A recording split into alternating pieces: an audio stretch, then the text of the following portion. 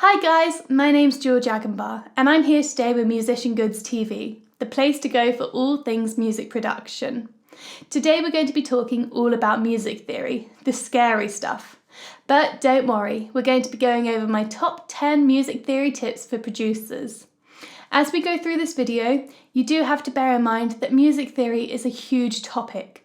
I've been studying it for years and I've only just scraped the surface of it. But as producers, there are some bits of theory that will make our lives a whole lot easier if we know. So let's get into it. Tip number 1, tap out the tempo.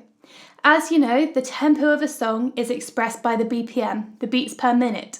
It determines how fast or how slow the music is. Now there are some rough tempo guides, some rough BPM values that different genres of music use. For example, pop music tends to fall between 100 and 130 BPM, and hip-hop between 85 and 115 BPM. And you can find these values by simply Googling it. But I personally find that the best way to work out a song's tempo is to tap it out, and here's how I do that. Here we have a song, and to find the tempo, I would tap along to the beat like so.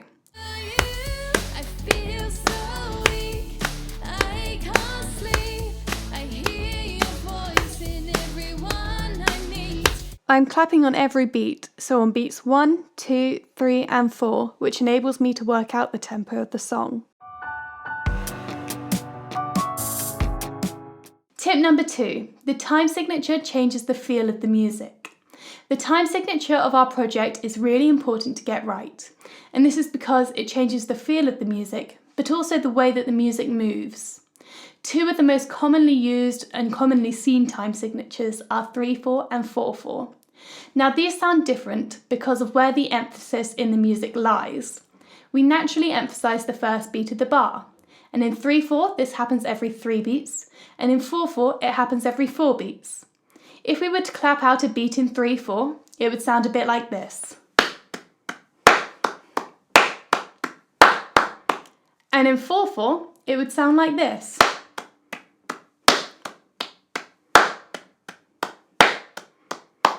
Now you can hear those definitely sounded different. And this is part of the reason that a waltz sounds so different to a rock tune. A really great example of time signatures changing the feel of the music is in Björk's cover of It's Oh So Quiet. Now, if you're familiar with the song, you'll know that there are two distinct sections. You begin with the slow-moving, timid beginning section, which then moves to a really hard-hitting, fast, energetic section in the middle. Now what's really interesting is this beginning section is in 3/4 and the fast middle section is in 4/4. So Björk in this cover has used time signatures to create that contrast. They're really important. Tip number 3, creating key changes. Do you ever listen to a song with an epic key change at the end and just wish that you could add something like that to your own track? Well, the chances are that actually it's a really fairly simple key change that we can recreate using some basic music theory knowledge. A key is a group of notes that we use in our music that we collect together in a scale. So if we're in the key of C major, we use all the notes in the C major scale. Each key has a group of closely related keys, and these are keys that share a lot of similar notes with our original key. If we stick with C major, the closely related keys are A minor, F major, D minor, G major, and E minor. There are certain rules that allow you to work out what every key's closely related keys are, but it's very easy to look up online, and I'll leave a link in the description for doing that. A key change from C major to any one of these closely related keys is most likely to sound very good. But are these actually the key changes that we tend to hear in pop music? Well, actually there is a much more common key change that tends to be used in pop music. And this is going from the tonic to the supertonic. It basically moves along to the next key. For example, in Whitney Houston's I Wanna Dance With Somebody, we go from F major to G major.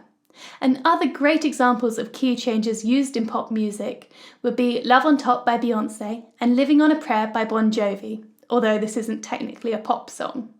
So if you want to create some contrast and some interest in your music, think about introducing in a key change. Tip number 4, make use of modes. Have you ever been trying to write a melody for a song and thought to yourself that this just doesn't quite fit with the genre? Like you're trying to write a blues melody, but it just doesn't sound authentic. Well, perhaps you're not using the right mode.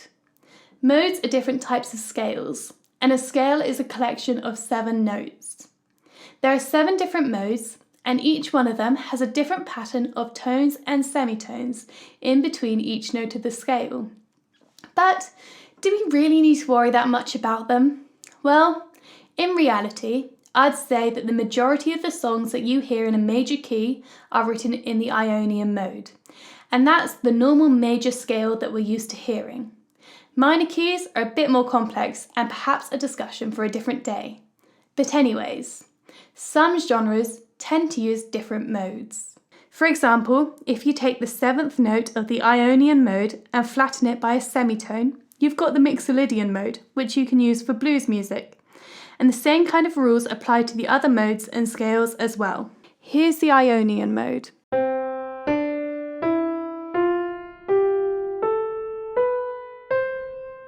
And here's the Mixolydian mode.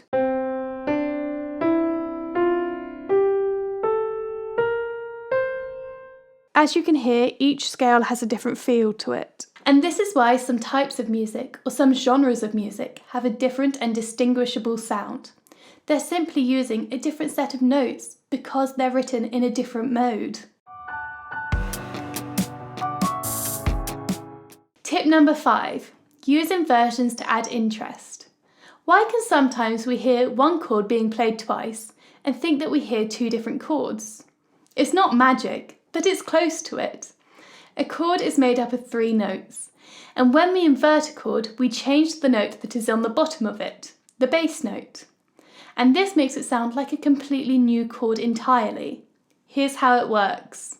In a D chord, you have the D at the very bottom, then the F sharp on top of that, and the A at the very top. We describe a chord ordered like this as in root position.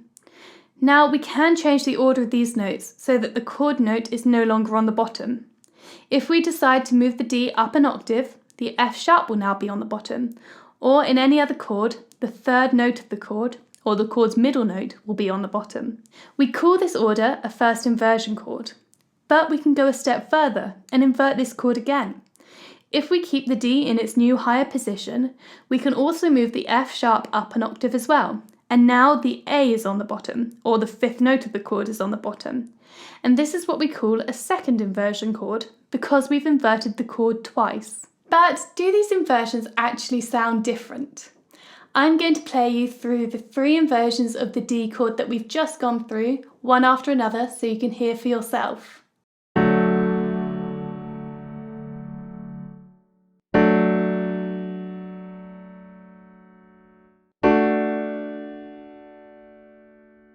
This is used in lots of different songs. For example, in Ed Sheeran's Thinking Out Loud. He starts off by playing a D chord in root position and then goes to a D/F sharp chord, the D chord in its first inversion. But this isn't the only use for this brilliant trick. We can also use chord inversions to create space in our mix. We can change where the notes sit in terms of pitch and frequency, but still keep the same harmony, the same chord. So if you've got too many instruments or sounds in a certain frequency range and your mix is just sounding cluttered and muddy, think about using a chord inversion to try and resolve this. Tip number 6, create space using the clefs. Have you ever listened to your track and just thought, gosh, this sounds really muffled or really muddy and cluttered? Or maybe your bass is really overpowering the treble. In these scenarios, I like to think in terms of the bass and treble clefs, and which instruments would sit in which clef.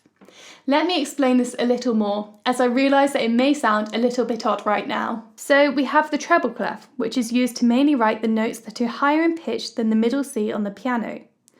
Then we have the bass clef, where we write the notes that are lower in pitch than the middle C on the piano. If I have a bass in my mix, I know that this bass will lie in my bass clef. A synth is most likely to be in the treble clef, a cello again in the bass clef, and something like a triangle would lie in the treble clef. By thinking about my sounds in this way, I can evaluate the overall mix of my track. Are there too many parts in one clef? Does one clef overpower the other? And this helps me make decisions about my mixing and about how I write parts. It also helps me ensure that the overall sonic spread of my mix is fairly even and well balanced. Tip number 7, harness the power of harmonies. Why can some people harmonise really easily, and for others it proves to be a bit more tricky? Well, there are the lucky few to whom harmonising just comes naturally, and this is probably because it's a skill that they've developed over a long time by simply practicing and listening to lots of harmonies. But in most cases, people that harmonise will probably know a little bit of music theory. I would recommend learning how to harmonise in thirds, fourths and fifths, as these are the most common harmonies that we hear. But do I really need harmonies in my song? Will they really make that much of a difference? Yes, completely. I believe that harmonies can completely transform a song. They're great for emphasising parts of the song, for creating contrast, for thickening the texture, for creating interest. They're just brilliant. And you'll hear them in pretty much every pop song that you listen to.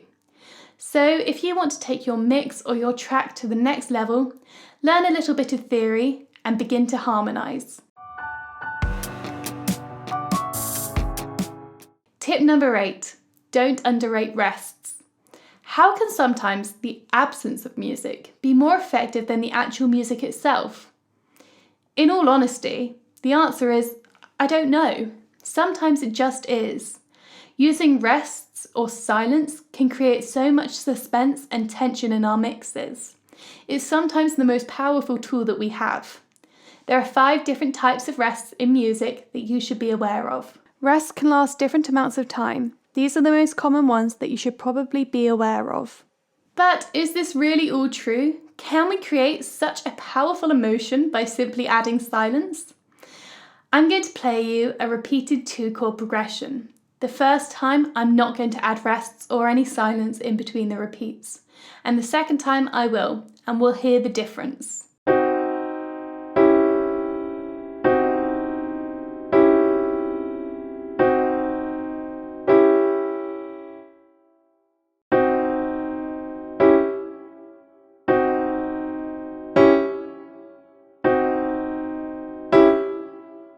You can hear that the second version of this chord progression was completely different. It created so much more suspense and evoked a completely different emotion, all simply by adding in a little bit of silence. Tip number 9, don't overlook dynamics. In your mix, are your instruments lacking something? Perhaps they don't quite have the life or the emotion that you want them to have. You may need to add some dynamics. Dynamics help us tell the story of the music and create emotion. If you go back in time and look over some sheet music, you'll see lots of dynamic markings. These tell the performer how loudly or how quietly to play, and therefore how much attack to play with. And it's these little nuances that help create and convey those emotions of the music. There are some main dynamic words that you should be aware of. These are piano, which means quietly, mezzo forte, which means a fairly normal volume, and forte, which means loudly. You also have crescendo, which means you should start off playing quietly and gradually get louder. And the opposite of this is diminuendo, when you start off loudly and gradually get quieter. So imagine that you're inputting all your instrument parts using MIDI, and you want to add some dynamics. Okay, that seems easy enough. You go into volume automation and simply automate the volume up and down. Job done, right? Well, if you wanted to be really precise and make these dynamics sound really realistic, they're not quite. You should also think about changing the attack or the velocity on each of these notes. If you think about it, if you play an instrument quietly, you're more likely to have a lot less attack at the beginning of the note than if you play it loudly. And so if you want some more realistic dynamics, this is one of the things that you should consider. And as producers, it's making these little changes that will make our mix that tiny bit better and that tiny bit closer to perfection. Tip number 10, learn the language. Have you ever been in a studio or even in a normal room and felt like everyone was speaking an entirely different language? Well, when I was starting to learn music theory and production, I certainly felt this way. It was like I knew everyone was speaking English, but to me they may as well have been speaking some extraterrestrial language. Now, obviously, over time and with practice, you do pick up some words naturally. As musicians, we have a universal shorthand for conveying some complex ideas and techniques. For example, if a conductor tells a performer to play a part of a song forte, they know exactly what it means, exactly what they have to do. And likewise, if an engineer is asked to apply some compression to a track, they know exactly what it means and exactly what to do. So I would recommend that you invest some time learning the main words, both relating to music performance and to engineering. At the end of the day, as a producer, we need to communicate with both musicians and engineers, so we need to be able to speak both the languages. We'll also need to be able to communicate and verbalise the ideas in our head for the track in front of us, which will be a lot easier to do if we can express our ideas in musical terms. At the end of the day, it's what will allow us to do our job effectively. So let's just have a quick recap of the top 10 music theory tips for producers. Number 1, tap out the tempo. Number 2, the time signature changes the feel of the music. Number 3, create key changes. Number 4, make use of modes. Number 5, use inversions to add interest. Number 6, create space with your clefs. Number 7, harness the power of harmonies. Number 8, don't underrate rests. Number 9, don't overlook dynamics. And number 10, learn the language. There are my top 10 music theory tips for producers. In terms of production, the biggest tip I can give is to make music that you enjoy and not be scared to go outside the box and break the music rules. Thank you for watching this video and make sure you hit the subscribe button. You can check me out on social media at Agombar and on YouTube as ThirdFret, and there should be links in the description. Like this video and comment letting us know what you'd like to see in the future. My name's Agombar. Thank you for watching.